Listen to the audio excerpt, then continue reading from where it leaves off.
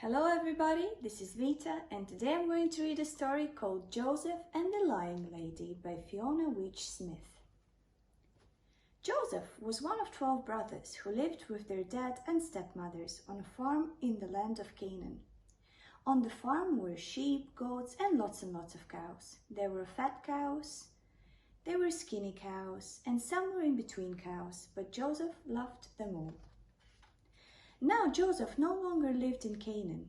His brothers had been mean and sold him to some slave traders who had taken him to Egypt. Joseph was sad and missed his family very much. The only things that cheered him up were imaginary cows that only he could see. In Egypt, Joseph was sold to a very important man. His name was Mr. Potiphar, and he was in charge of the king's guard. Mr. Potiphar's job was so important that he didn't have time to look after all the things or all the people at home. So life was getting a little bit out of control. The house was a mess because the servants were too lazy to do anything about it. But Mr. Potiphar didn't have time to deal with them. The garden was a mess because the gardeners were too lazy to do anything about it. But Mr. Potiphar didn't have time to deal with them. The only thing Mr. Potiphar had time to do was buy a slave. As it turned out, it was the best thing he could possibly have done. You see, Joseph was a very organized young man. Back home in Canaan, he had helped keep his father's farm in order. A was for apples that were picked in the harvest. B was for bread that was baked for his brothers. C was for cows that now only he could see. So Mr. Potiphar put Joseph in charge of sorting out his house and garden. Very soon everything was shipshape. A was for avocados that Joseph stacked in crates. B was for butter that was churned every day.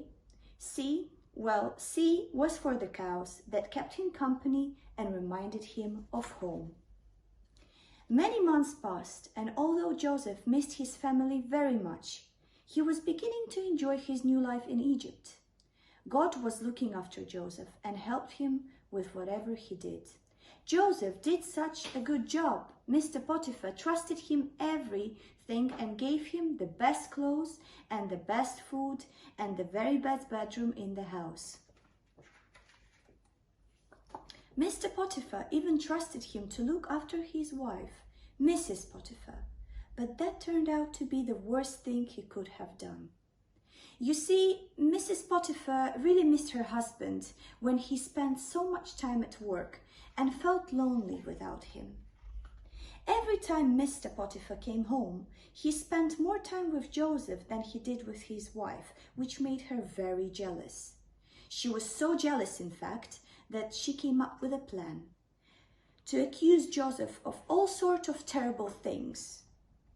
So when Mr. Potiphar came home, she came up with a list of the terrible things Joseph was supposed to have done, but there was no truth to any of them. Mr. Potiphar didn't know what to believe. He couldn't take his slave side rather than his wife's side, could he? So he threw Joseph into prison. Poor Joseph. He sat in his cell and cried, "Dear God, what's going on?" Then he prayed, saying to God, "First my brothers sold me as a slave, and now that lady has lied and got me into trouble. Here I am in prison, far away from home. Please help me." Then one by one his wonderful cows appeared, and he felt a warm glow inside his heart. He knew God had heard his prayers. Joseph had been on many adventures already, and God had been with him. Everything was going to work out fine. First he would get out of prison, then, that's another story. Thank you so much for watching. Hope you enjoyed it. Stay tuned as more stories are coming soon.